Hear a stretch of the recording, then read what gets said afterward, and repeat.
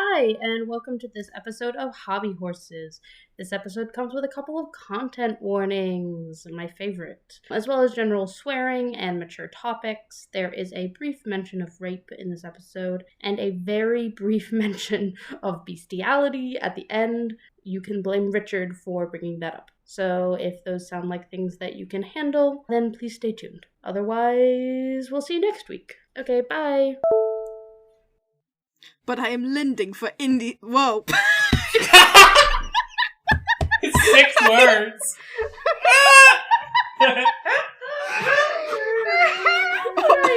Alright. I am lending. I'm lending for Thia! Hobby Horses will now only have 2 hosts. I'm out of here.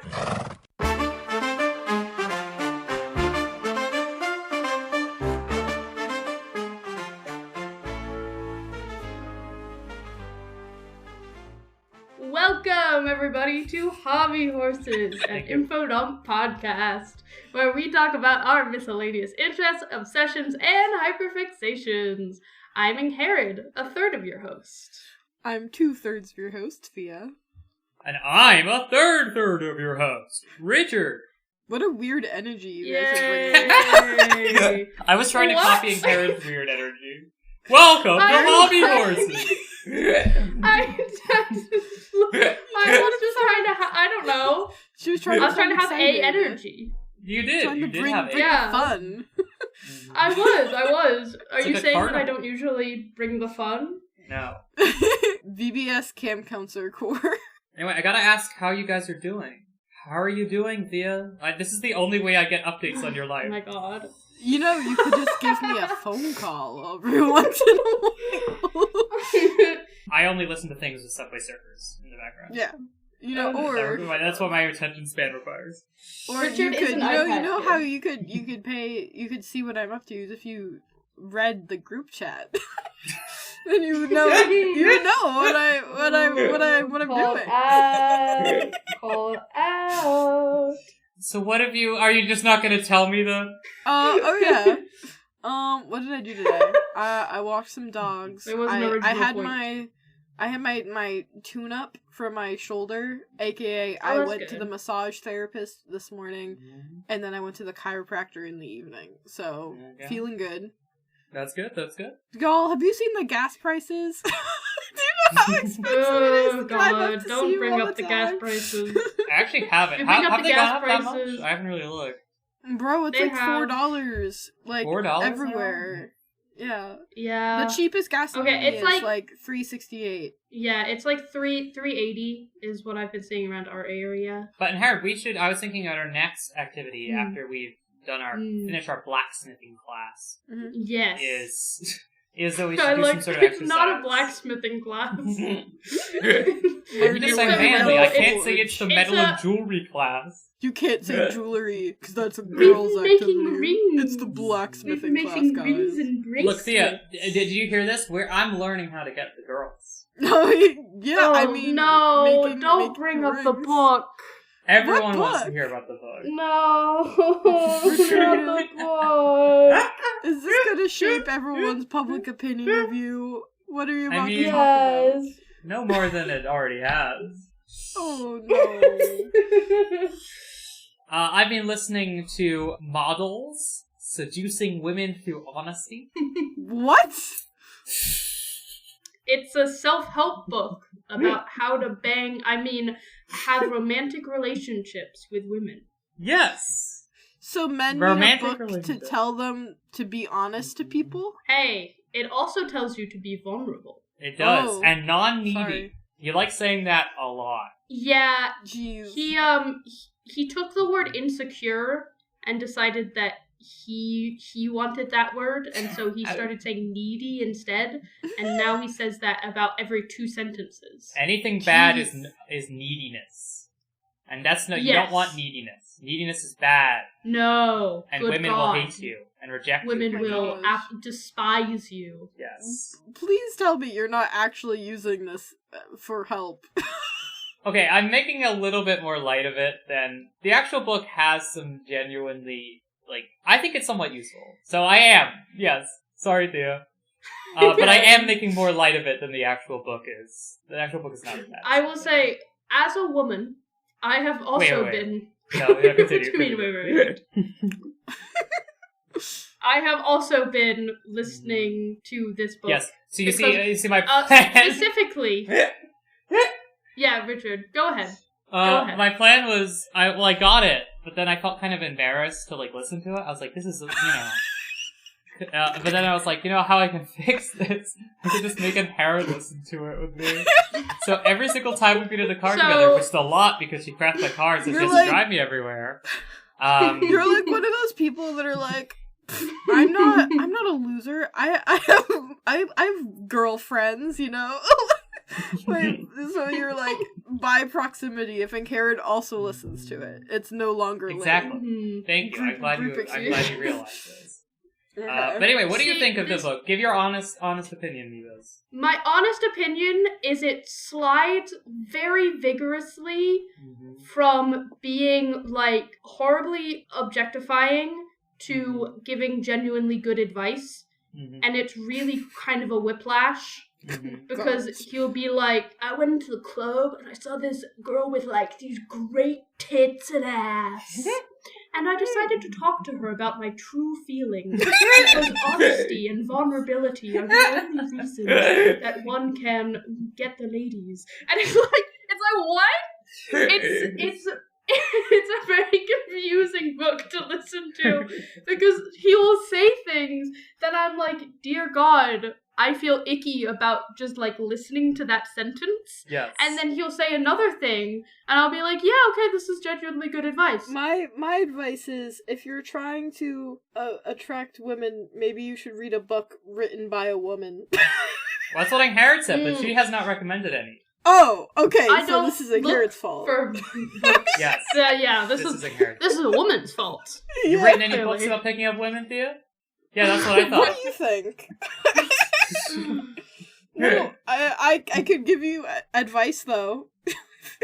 You could just go and ask many of the real life women friends that you have for advice instead of reading. You do have female friends. Do I? This is a fair point. Do I adore At them, least Karen? 2. Oh my God! Literally, Jesus. Fucking Roy. God damn it. Richard brought up Roy. Roy. Yeah. Roy. There was he was giving an example of a dude. Yeah. And it made me laugh. Wait. Let me say the quote. It's like, Roy is this guy, everyone loves him, he's really funny, he's kind of nerdy. And it said, all of the women adored him, and he adored all of the women, but sexually. It was also a specific tone. It was, he enjoyed all the women sexually. It was oh my God. Oh my gosh. Speaking of romance and matching couples, what is today's topic about, Angharad? Wait, no, I have what more a to good say. segue. I could talk this entire episode about this. Gosh darn it! Richard, okay, make your next episode about models, alright? Can I just make one more point, Thea? Can I make one more point? Yeah, you may make one more point. I was just gonna say to Thea that I think there is something to be said to push back a little bit on the women, Is that a good idea? A model. No, but what I'm gonna say is that I think there is something to be said about listening to the perspective of men who've gone through the situation. Because I think it actually is a very different situation than, for a typical, straight man. Obviously different for different people. But, I think it is a different situation, and it's one that women aren't as familiar with, and so may not be the best people to give advice. Obviously, they'd probably be the best advice on, what they like, but, in terms of, the specific struggles that men have, I think it's good to get a male perspective as well, and I think that can also help. Okay, I can see sort of coming from having to a man teaching another man how to unthink certain things that men are often raised to believe in. So I can see where you're coming from. It's just hard to immediately not think badly because of half the books out there about this thing. That topic Yeah, they don't have a great reputation. No, they don't. like I said, it's a strange book because it gives genuinely good advice while also having some controversial moments. You know what else has controversial moments? Controversial moments. Yes, I do. Could it be... Drumroll, please. Bridgerton! Bridgerton? The world of Bridgerton. Yes. I've heard of that. I thought you were gonna say Bridgerton. I barely know. I don't know why. It's just something about the tone of how you said it. Bridgerton? I've heard that that's the show, which is wrong, because people are the wrong race. I wasn't gonna go straight into that, but we can go straight into that if you want to. They do have a race-blind casting. Well, let's set a little bit of context first. The inaccurate race for the time period, we should say. There is no wrong race. You really chose the worst wording. You're coming in hot this time, Richard. I do it to be endearing. Every time we post, I fear that we're going to blow up, but for the wrong reasons. And it's all because of you, so... Am I gonna be in, like, the So You Can Publicly Shame book? Yes! I don't know. So You've Been Publicly Shamed. Anyway, Bridgerton! I'm specifically talking about the TV series, but the original Bridgerton is a series of books by Julia Quinn that were published from 2000 to 2006. They follow the story of the Bridgerton family, and they are set in the Georgian era in England in the early 1800s. The Bridgerton family has 8 children. They are named in alphabetical order: Anthony, then Benedict, then Colin, then Daphne, then Eloise, then Francesca, then Gregory, then Hyacinth. And they each have a book to their name, and that book is each of their, like, epic love stories. So this is a book 8 series? siblings, 8 love stories. It was a TV show? Originally. Okay. Originally it was a book series, and now it has been adapted. The first season was adapted 2020 on Netflix by Shondaland, who are the people who, like, made Grey's Anatomy and other things. Grey's Anatomy and others. And Grey's Anatomy. And Bridgerton. Only Grey's Anatomy. Yeah, I thought I'd be able to think of more things, but I can't, so never mind. So, it was adapted in 2020, and that's, like, when the first season came out, and then every few years, another season will come out, and there are currently 4 seasons of Bridgerton, the TV show. Questions, comments, concerns? So are you a fan of the book or the TV show? I was gonna say that, yeah. I'm definitely a fan of the TV show, and I have not read any of the books. Oh, okay. There's sort of a controversy around the books. Oh. I've heard a lot of negative things said about the books. What especially about the... Which is like, ooh, tea. I know, I've never heard this before. I'm like, something that's not gonna be Colin and Richard's wedding. What? Richard had a stroke. I just meant it's not a love story, yeah. It's controversy. I like controversy better than love. It's controversy. I have other points of controversy that I'm going to bring up later, but specifically about the books... See, this is all hearsay. This is all things that I've heard, but I can't know for a fact because they have put me off of reading the books. Okay. But I've heard that the male love interests often act in a borderline abusive, angry, and possessive way. Which, you know how some women are like, ooh, like, it's so sexy, like, when he's, like, dark and possessive. Well, apparently that's what Julia Quinn is into, because... She actually wrote a dating book. That's what I'm going to read next. Oh, no. Again, this is what I've heard, so take it with a grain of salt. Though I do know, specifically, there was a lot of controversy about the first book, because there is one scene where Daphne basically rapes her husband. Ooh. I don't exactly know how it goes down in the books, but in the TV show, what happens is they're having sex Spoilers, by the way. They're having sex consensually, and she climbs on top of him and makes him finish inside of her but he doesn't want to do that because he doesn't want to get her pregnant. But she like forces him to. Yeah. And apparently that's like a softened version. And it's like more explicit. Ooh. I mean, that's Yeah, still that's rape. it's worse in the books. And apparently in the books, I remember someone saying like her inner dialogue was like, "Oh, I felt this power over him." Ooh. And yeah, so I've seen quite a few things about the books that make me feel like I don't really want to read them. Fair enough. Yeah. So what do you like about the show? Why are you a fan? Oh, you're making me scroll down in my notes. Oh, okay. Sorry. Why I like the show. I have a section. You're reading a book title for a report. Why I like Bridgerton by Angharad. I think the main reason I like the show is it's easy, like fairly low stakes entertainment. I can just throw it on. I enjoy it. Like I get hooked and I binge watch the series. I know there's going to be drama. I know there's going to be interpersonal angst. I know there's going to be gossip, and I know that they're going to have a happily ever after.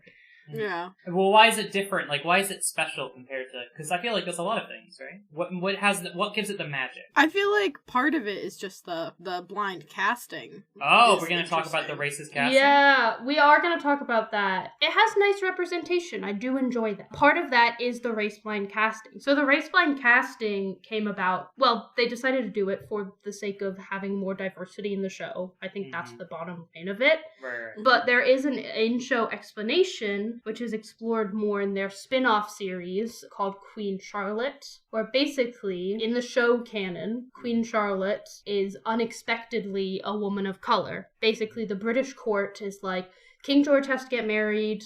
They're like, okay, this Charlotte girl will do, but they don't realize that she is quite as like dark and has obvious, like, African ancestry until she shows up, and they're like, oh, this is a black girl. Like, she's light-skinned, but she is a black woman. So, basically, in the show's canon, instead of the British Crown admitting they made a mistake, they basically just had Charlotte and George marry anyway, which opened the door for black people and people of all races to become equal in high society.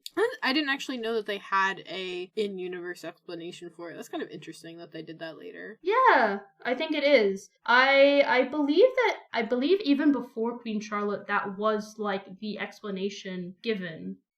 But I don't remember exactly. Do you find that, because I've heard complaints from certain people, I'm not going to point out who they are, that, You made that sound like it was me or something. Like, you made it sound like there was someone in this call. Certain, racists that we know, and it's not me, and it's not Angharad, so you do the math. Thia, cancel Thia. It's not me. But anyway, certain people have told me that they didn't think it was interesting because they sort of felt like that it removes like the historical feel from it and just kind of makes it feel fake in a way. Do you agree with that at all? Do you think that's a valid sentiment? Well, I have a thought about that. Don't let Thia talk about this, Angharad. Well, I haven't. We'll never release another episode. I have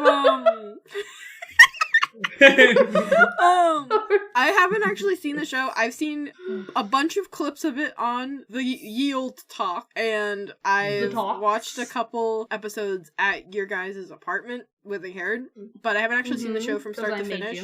But I feel like if people are turning on Bridgerton for it to be a realistic drama about the time period, that's not what the show is. The show is very much, it's tropes, it's love stories, like, they have instrumental versions of pop songs in the soundtrack. Like, it's definitely not meant to be this really dark, like, this really dramatic, realistic period piece. If you want a really realistic period piece, there's tons of other shows to watch. Like, this is not, I don't feel like they ever set out for this to be that.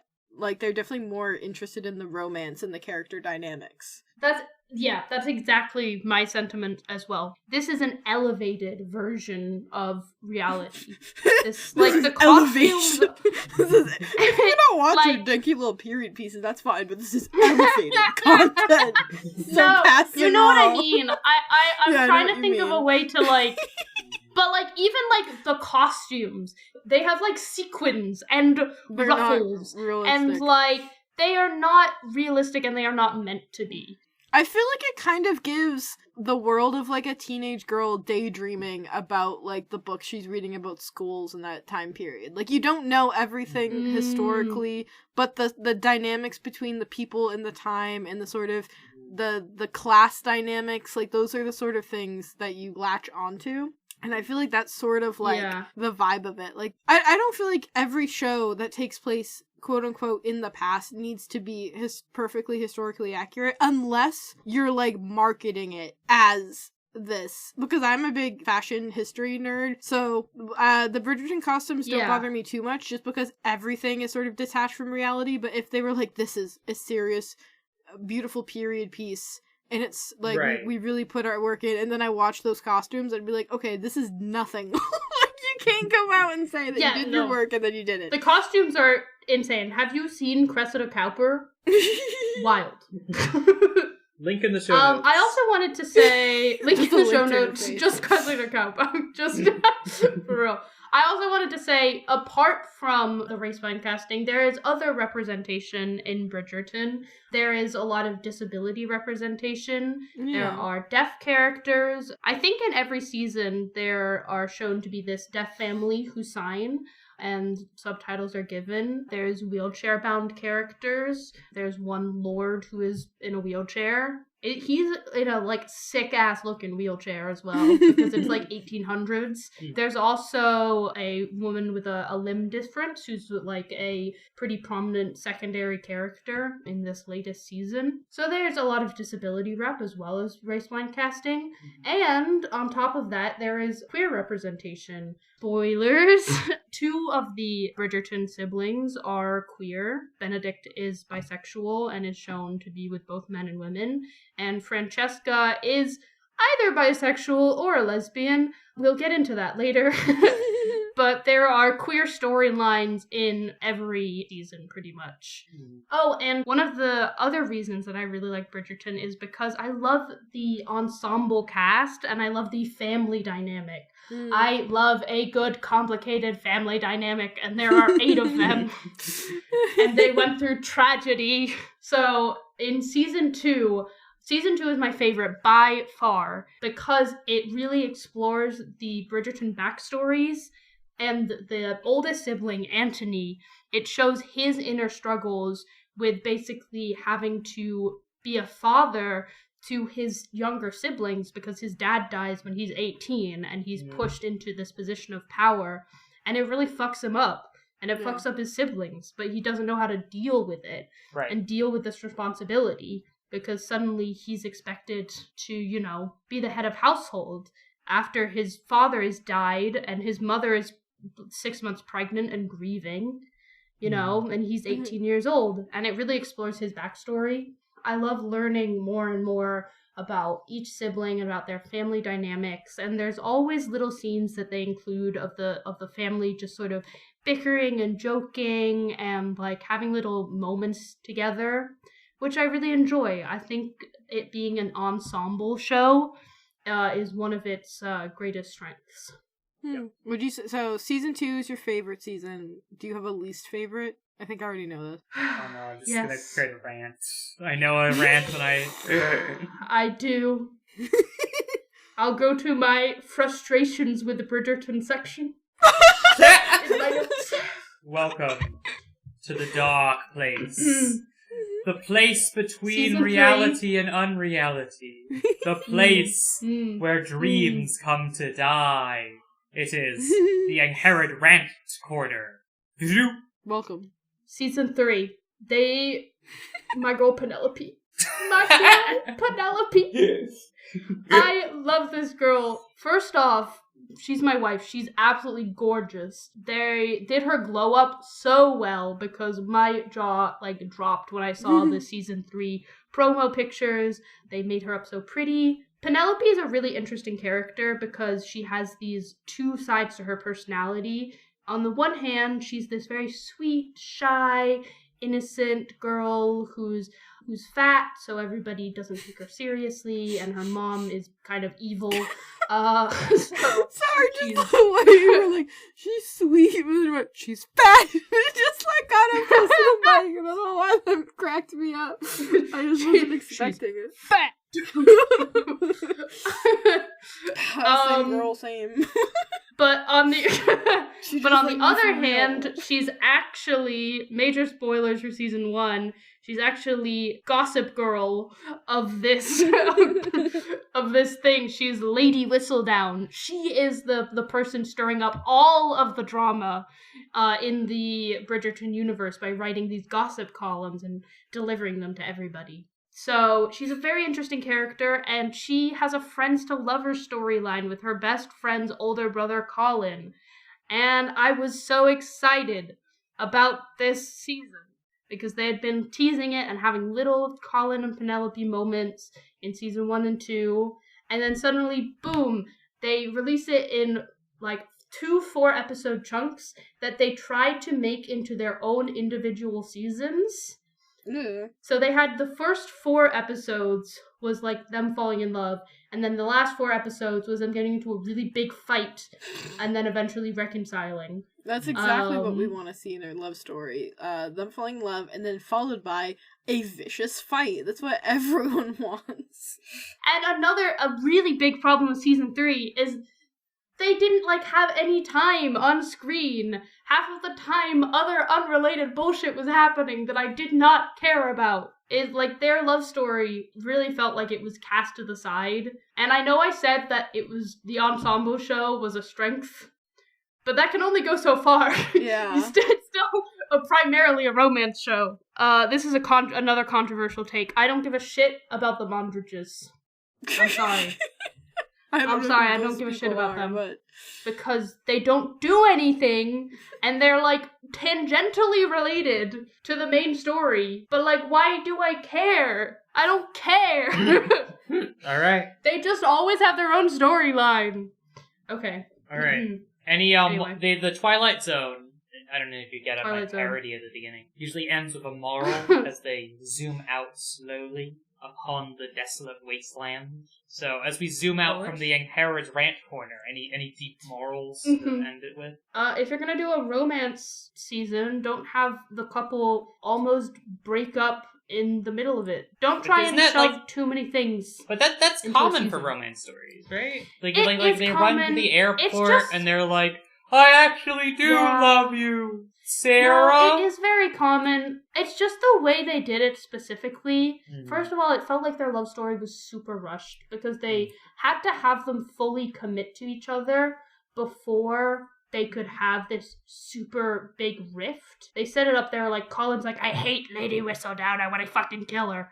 And then Penelope's I'm in love with him, but I won't tell him that I'm Lady Whistledown. And then they fall in love, and then they get married, and then it's revealed that Penelope is Lady Whistledown, and then Colin is pissed, and is I'm never gonna talk to you again. It's so dramatic. And you're married now, they hate it. They hated each other. He was sleeping on the couch. I don't know. It's hard to explain. I don't know why. It's a very common sentiment. A lot of people think that season 3 is bad and that it really didn't do justice to their love story. And I agree with that. Do you think that either of them could have benefited from reading models seducing women through oh my gosh! To be honest, Penn does ask Colin for dating advice. So she did go to a man for dating advice. Ooh, first mistake. So, yeah. That was. But no, I feel like we've talked a good amount about the show. I guess, who would you recommend it to? Would you be everyone should give it a try? Only specific people? I think anyone who enjoys, fanfiction reading. It does feel very fanficky. It's so fanficky. That was another thing I was going to say, is each season has a very specific trope. Season 1 is fake dating trope. Very fanfic. Enemies to Lovers is season 2, also very fanfic. Season 3, Friends to Lovers. Season 4, it's a Cinderella retelling. They all have, like, very specific tropes that they are based around. For whatever reason, when I heard Cinderella retelling, I was like, there was some shoes? Why are shoes such a... There is actually shoes. Are there actually shoes? There are shoes. Yes. Oh. What happens is it's a masquerade ball, specifically, and she doesn't leave her shoe behind, she leaves behind her glove. That really is a Cinderella reteller. Mm. Oh, what about season 5? Does that come out yet? I'll say this and we can cut it before then so it'll blend seamlessly, but spoilers for the newest season. And then we can cut that. Okay. And then... No, I'm gonna leave this all in. You need to try to make sure you mention, like, whatever you want to get into the edit as much as humanly possible, so that they can't remove it from the conversation. Talking about models seducing women through honesty. Which we already talked about. Right. Ignoring models. Season 5, yes. So, when I wrote my notes, actually I had a whole section on my notes about how everyone's freaking out because we don't know if season 5 is going to be about Eloise or Francesca. But it's been revealed. It's going to be about Francesca. Officially, as of, I think, today, maybe yesterday, they have announced that season 5, I know, breaking news, breaking Bridgerton news, BBN,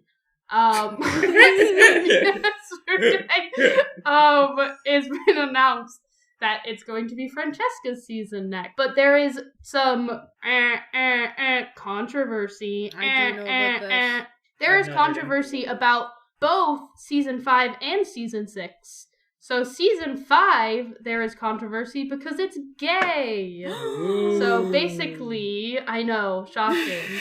So basically, little rundown on Francesca. She married this man, John Sterling. They had a very sort of calm love story. They were soulmates. They were like best friends, but in a quiet way where there wasn't a loud, explosive love story. They just realized they understood each other and they got married. Boring. Yeah, boring. They were boring but happy.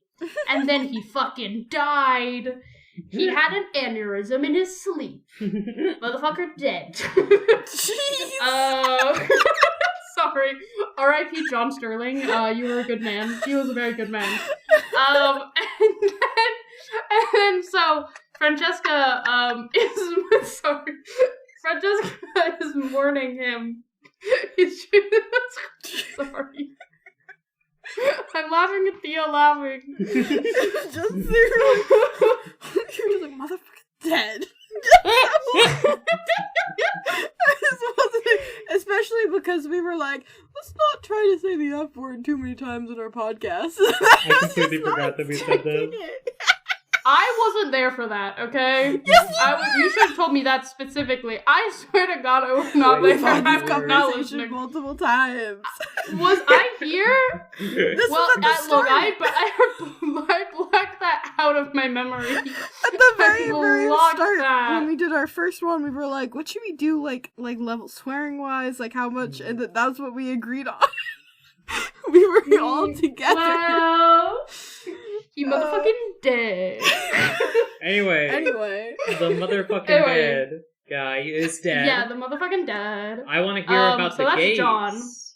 Yeah, so John has a cousin. In the books, he is Michael. I thought this was about Francesca. Yeah, it is. Okay. In the show, she is Michaela. Francesca falls in love with John's cousin. So they gender swapped from the book. They gender swapped her.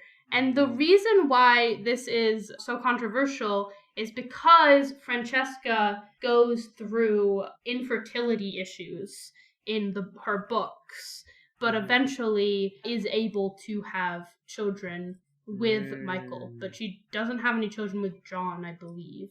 Right. So that's not really a storyline you could follow through with the same. Exactly. Yeah. So people are. It's controversial because of that reason. But I feel like it wouldn't be that hard to do a similar storyline.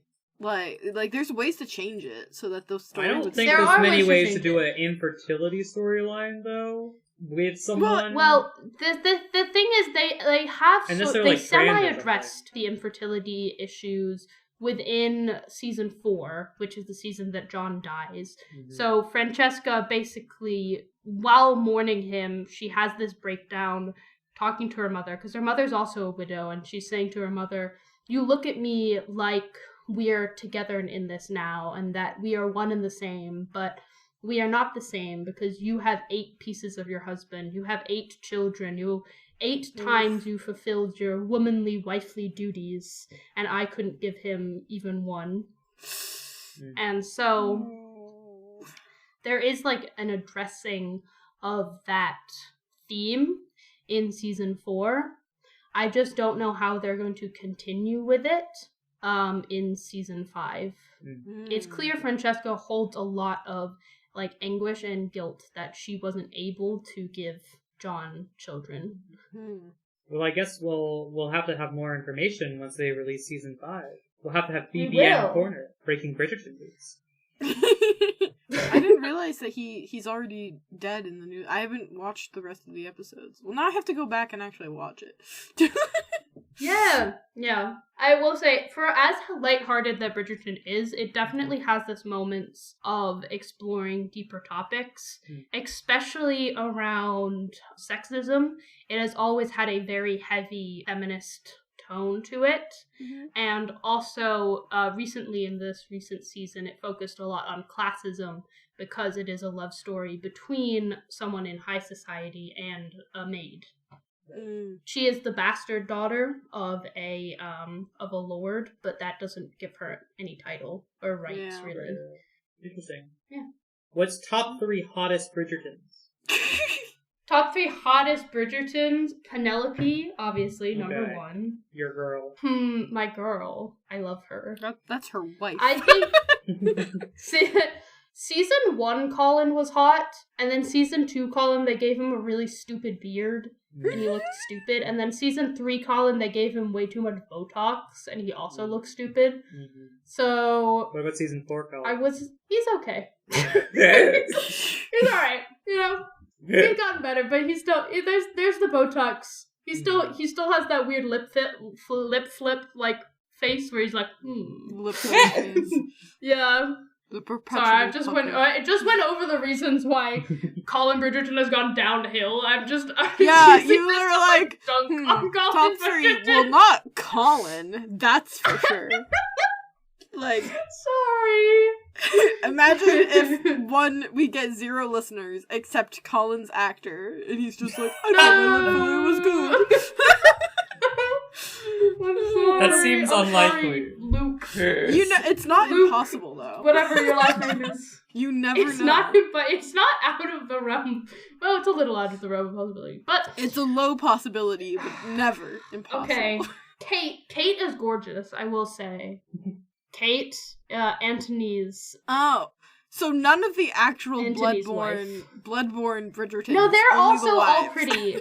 I mean, Antony's actor was named number 1 sexiest man of 2025. That's true. So, what's his actor's name? I'm blanking. Jonathan Bailey. Yep, Jonathan Bailey. Oh, that guy. He was on that show. He's on many shows. Broadchurch. He's on Broadchurch. Great show. I do like Jonathan Bailey. I will say, okay, season 2, Antony is probably number 3. He's pretty hot on season 2. On season 1, he's not hot because he has really, really large sideburns. So why do the men change appearance every season and the women are just hot? Well, that's not true. The women aren't just hot. Penelope is not hot in season 1 and 2 because specifically they tried to make her ugly so she could have a glow up.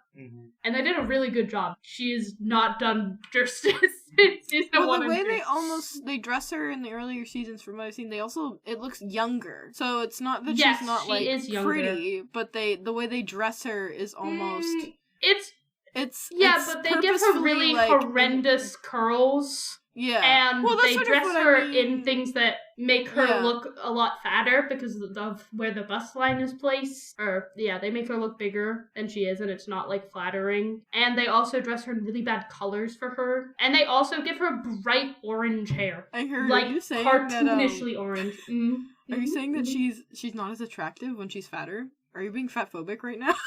Oh. What are you saying? I'm saying that when someone puts All right, their it's time for the line game, on I the think. middle of their boobs, it's not as good. No, okay, before the game, I wanted to address the controversy with Eloise's season, because I'm curious yes, I was wondering what your thoughts are. No, because there's Francesca's controversy, which is like lesbians. Some people are just homophobic. They're like, Right. boo, lesbians. Other people are genuinely like, well, I want them to explore the infertility I mean, I'm issue. guessing the Bridgerton fan base is probably not a very high homophobia concentration. You'd be surprised. There's a lot of straight ladies that don't care about the diversity, but they want to see their own types of relationships on the screen, so...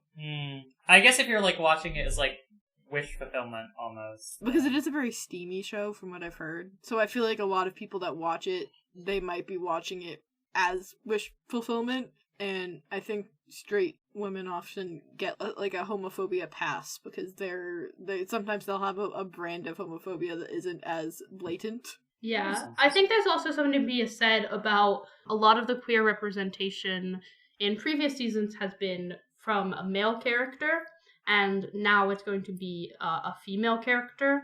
And I think there are definitely some straight women who are like, oh my god, gay best friend, and then like, ew, lesbians. Yeah. They're like, I'm not wait, I saying, can't. They're like, I'm not like, women saying are like every attractive. straight woman, but so. Anyway, Eloise's season is controversial because basically Eloise hates men. Yeah. She is a very, very outspoken feminist throughout all 4 seasons and has stated on many, many occasions that she does not have any interest in marrying a man. She does not want to marry at all. She wants to be a spinster. She is angry that women don't get equal rights. She is angry that she doesn't have the opportunities that men get. Fair enough. She wants to make a difference. Fair Yeah. So she wishes that she had opportunities to do what men do, and she doesn't want to be a wife, and she doesn't want to be a mother, and she has stated that multiple times. However, in the books, she becomes a wife and a mother. Horrible. Right. So there's a lot of controversy from the fact that there are some people who are like, well, I read the books and I can't wait for her to fall in love with Philip. And there are other people who are like, well, this is a really bad precedent if you take this woman who has said explicitly multiple times that she has no interest in being married, and then are like, haha, silly girl, you just haven't met the right man yet. I think you could phrase it in a way of, like, because you can hate, like, patriarchy, right? Mm-hmm. And, like, the oppression of women, and still find a man attractive, and still, like, love a man. I think my issue is I don't think I've ever seen a clip of Eloise where she ever has found a man attractive. Well, yeah, but, like, maybe she discovers, actually- that her hatred of, like, a man, like, a specific person is not justified, and it's more a hatred and, like, working against the system, which you can do in solidarity with men. Yeah, like there's a way to do it, but Yeah. I'm just worried that the building blocks so far hasn't aligned for that sort of thing to happen. But again, I haven't seen the show. What are you thinking, Heron? I agree with both of you. I think there is a way to do it, and I think they are going to do it. I would be surprised if they don't go through with giving Eloise a love story, because although they have diverged a lot from the books, that would be a very, very big diversion. I feel like they could do a queer platonic love story really well if they wanted to, but those rarely get representation. No one knows what that is. Yeah. No, straight people don't know what that is. Richard, do you know what a queer platonic relationship is? I mean, I can guess, but, like, Guess. I don't, okay, I guess it would be... Guess! A queer platonic relationship?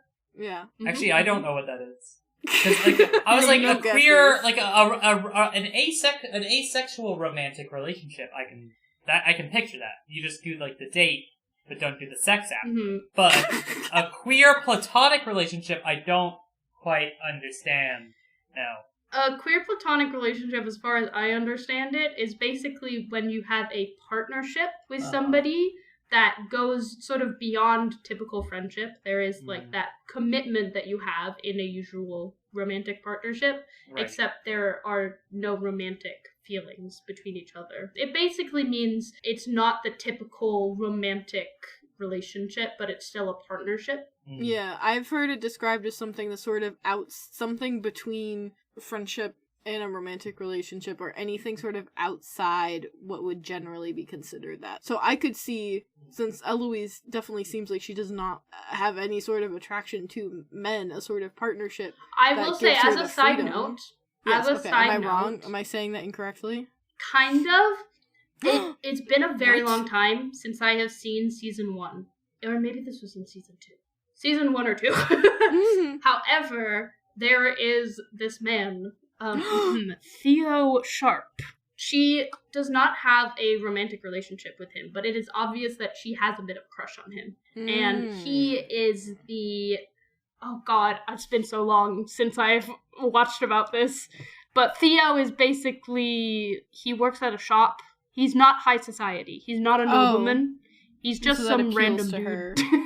And so that appeals to her. The controversy, she starts like sneaking out, and she meets him, and like he also has these radical ideas. He's like communism, yay. And she's like, ooh. Communism? I don't think even communism existed. I don't know if it's communism. He's like printing flyers and stuff, and like having people come to rallies. Obviously, and whenever whenever I think of flyers and rallies, I'm like, communism. Yeah. Yeah, communism. I think I've been watching too much of... What's that show with Peaky Blinders? Great show. Yeah, that was a movie recently. Oh, was there? I didn't know. Yeah, I haven't seen it, but it's exists. Cillian Murphy. I know how to pronounce the name. Yeah. Cillian Murphy. Sorry. Do we have a game?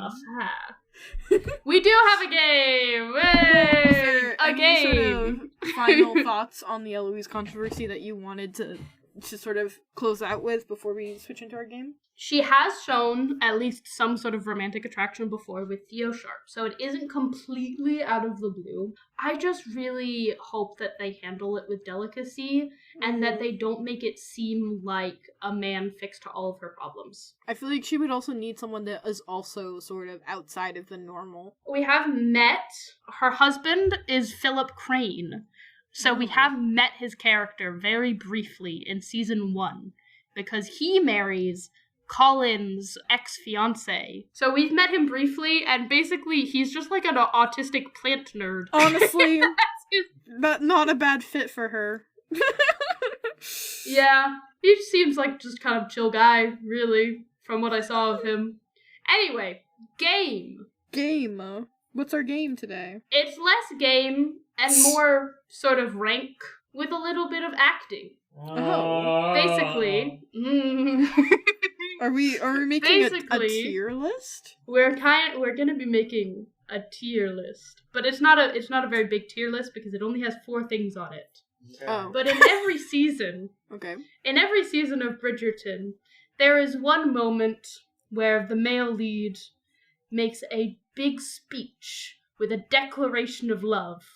Today I want you to read out those speeches and rank them from your favorite to least favorite. Alright, I'm excited. But I'll let you have... I just need to tell you something first. From Models, Seducing Women Through Honesty. Oh my says god! That, it's actually bad to do large declarations of love, because that shows that you're more invested in the relationship than she is. And you actually want to invest the same amount or less to show that you're not needy. The title of the book makes me want... There's something about models followed by seducing instead of, like... I think you're missing, like, something. I think Angharad misses guys! I'm saying my point. Can we talk about this later? Sure. No, you're not. Alright. Thank you. Alright, okay. Speeches. Speeches! Okay. So, Listen, sorry, I love the fact that I said no, you're not, and you listened to me. I really wasn't expecting you to. We got Models told me I should listen to women. Good point. Yeah, it said I polarized. That's another point. Anyway, speeches. Speeches. Richard, will you roll a 2. d4 to see which speech? Oh, good. Okay, you are going to be reading out Season 2's speech from Anthony. There is a small line from Kate. Thea, if you would read that one out. Okay, gonna put it in the group chat. For context, before this, Kate is asking Anthony why he no longer seems to want to marry her sister Edwina. And go. She has done nothing. It is you. You have made this match impossible. But I am lending for Whoa. It's 6 words.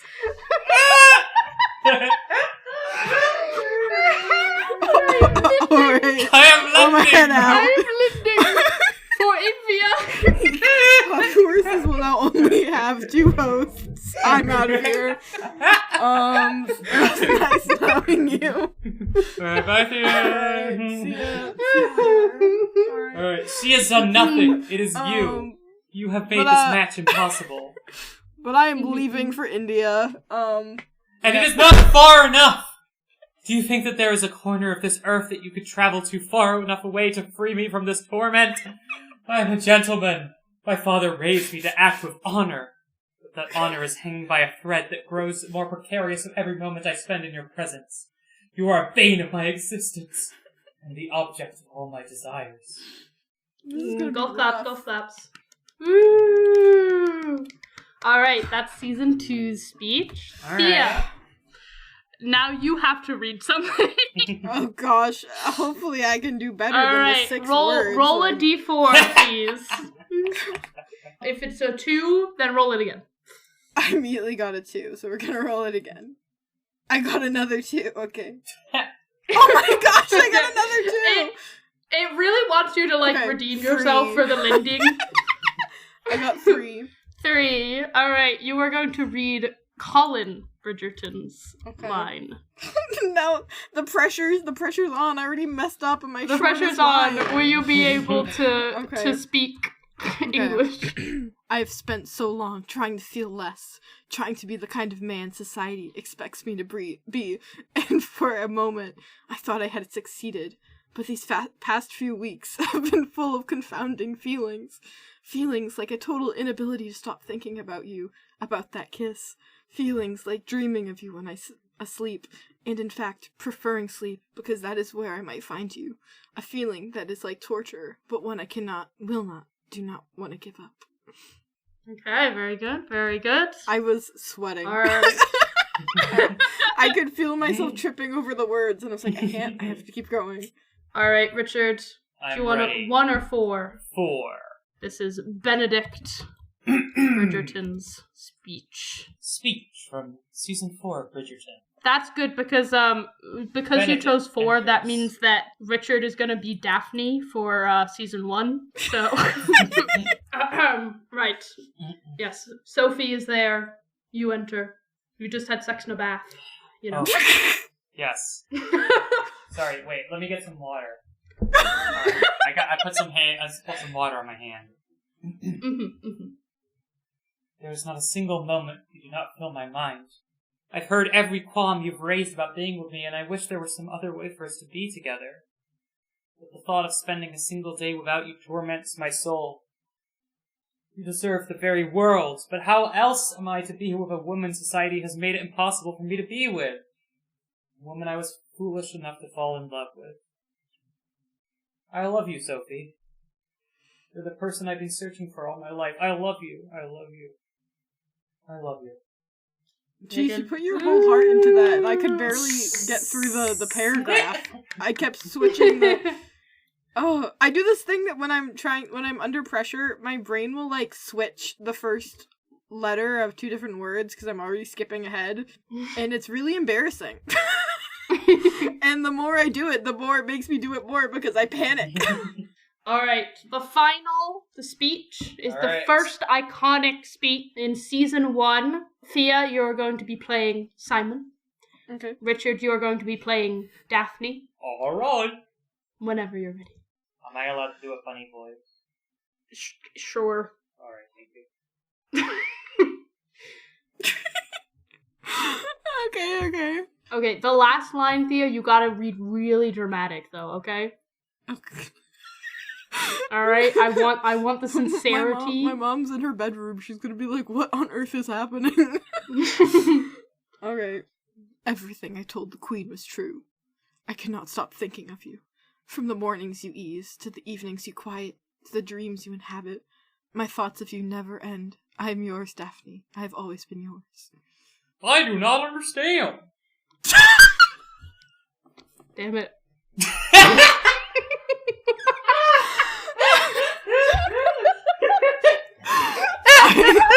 I do not know how to be any more clear. Well, do not get angry. I'm not angry. You look angry and bothered. Look at you, you're downright flushed. Yes, this is what happens. When one is angry? When one burns for someone who does not feel the same. I tried to put my whole heart in that, Richard, and then your silly voice was too silly. I feel like you stole my thunder. The one time I was trying to commit to the bit.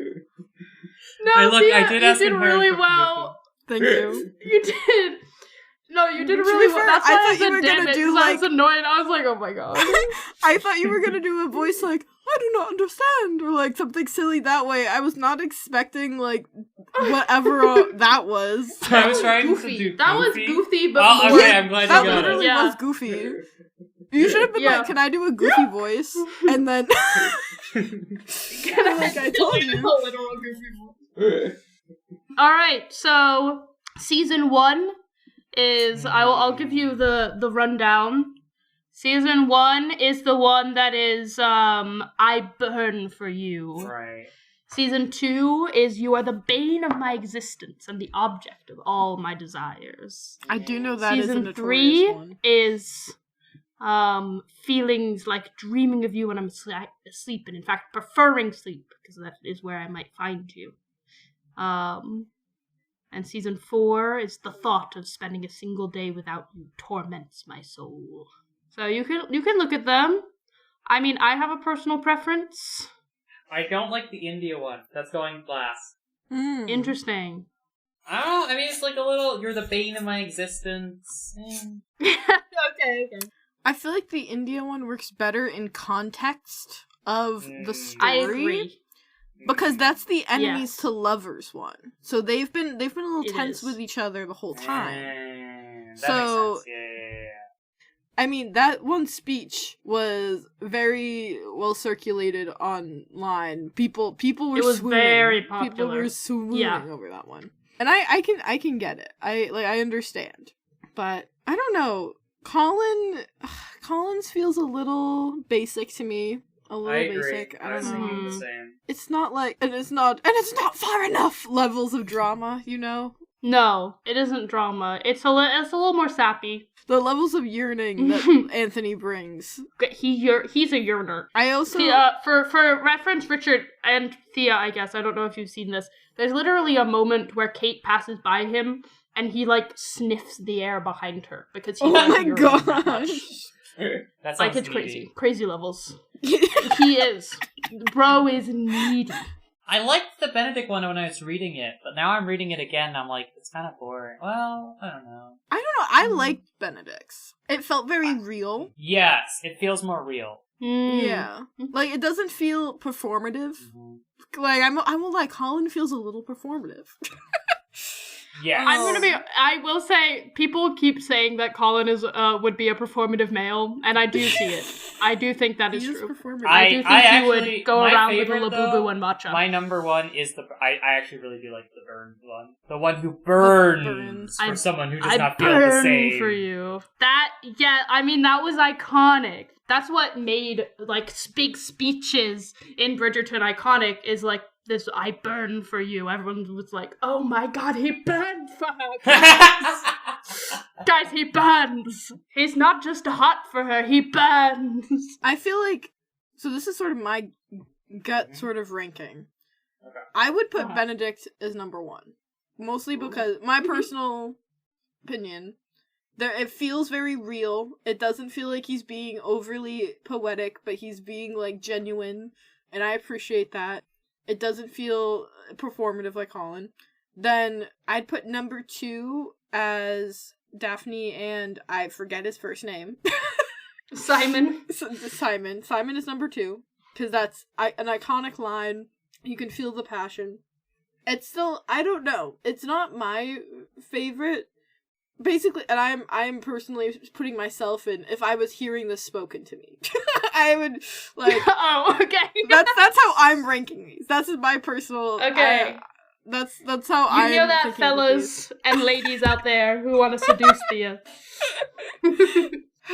Okay, anyway. So, 1 Benedict, 2 Simon. Then I put Anthony's 3 and Colin last. Like, I don't know. Colin's just... I'm not feeling it. You know what? I'm gonna switch Benedict and Simon, but I will agree so I'm putting Simon at the top, then Benedict, but I will agree with the rest of Thia's order. Interesting. Okay. Well, there isn't a winner, because there's no correct order. Unless you just pick, Angharad, you just pick the one you agree with the most. Yeah, exactly. Do you think, the only point we disagreed on is Simon, I said Simon's speech was better than Benedict's, and Thea said Benedict's speech is better than Simon's, so who's right? See, okay, written out like this, I can see a lot of merit to Benedict's. However, within the context of the show, I prefer Simon's, because it happens a little bit earlier, and I don't know, Benedict's, I feel like in context, it felt a little rushed, and they're like, damn, we need a big speech. Like, I don't know. They're like, that's how it kind of felt. TikTok clippable speech that people can voice exactly. act That's to. like how it felt like to me a little bit.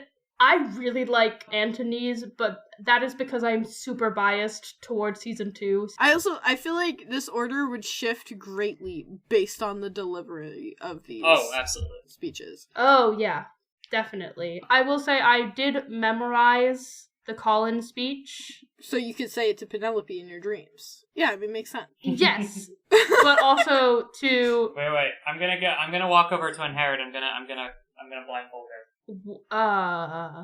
So you can say the speech, I guess? So I can say the speech? I don't remember the speech. I memorized this like a year ago. He can't hear me, can he? I'm here. Alright. Give us the Colin speech. I told you I don't remember it. I have spent so long trying to be less, to feel less, and for a moment I thought I had succeeded, but now I cannot stop thinking about you, about that kiss. I see you everywhere. I see you in my dreams. I see you when I fall asleep in my dreams, and in fact I prefer dreams because that is where I might find you. I love you, or he doesn't say I love you, but he's like I want you or something, and he's like, it is a feeling that I cannot, do not, and will not wish to give up, or something like that. Yeah, not bad. Okay. You got it mostly wrong. Well, you got some of it right. I got some of it right. But why did you tell us that you memorized the speech? You never actually gave us the reason. I'm rethinking saying the reason. Why? Me and the girl that I was seeing acted out the beginning of the scene together.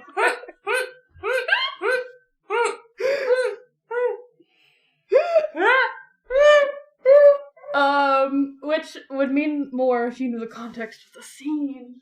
Alright, well, are we good? Are we wrapping up?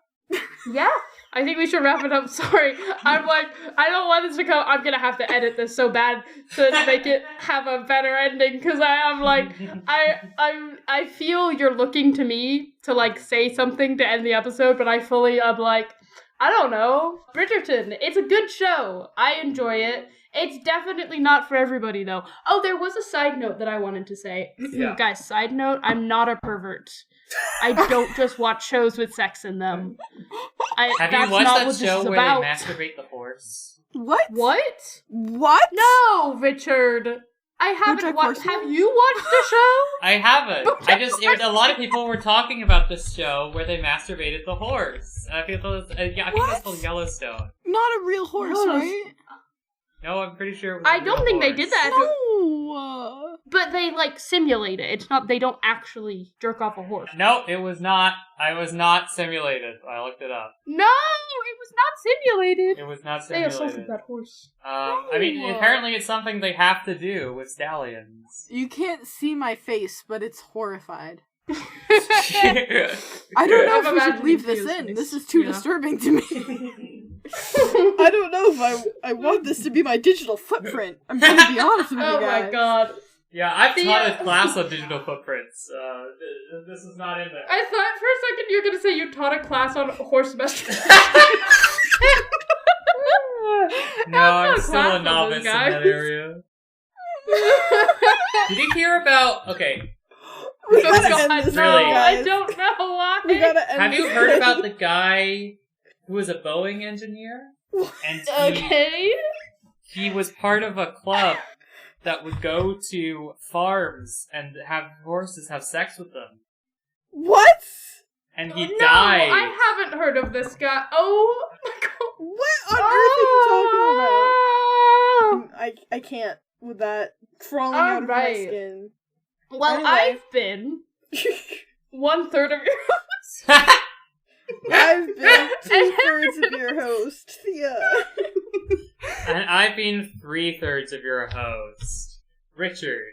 Alright, everybody. Goodbye. Thank you for watching. Goodbye. Oh, at least we brought up horses.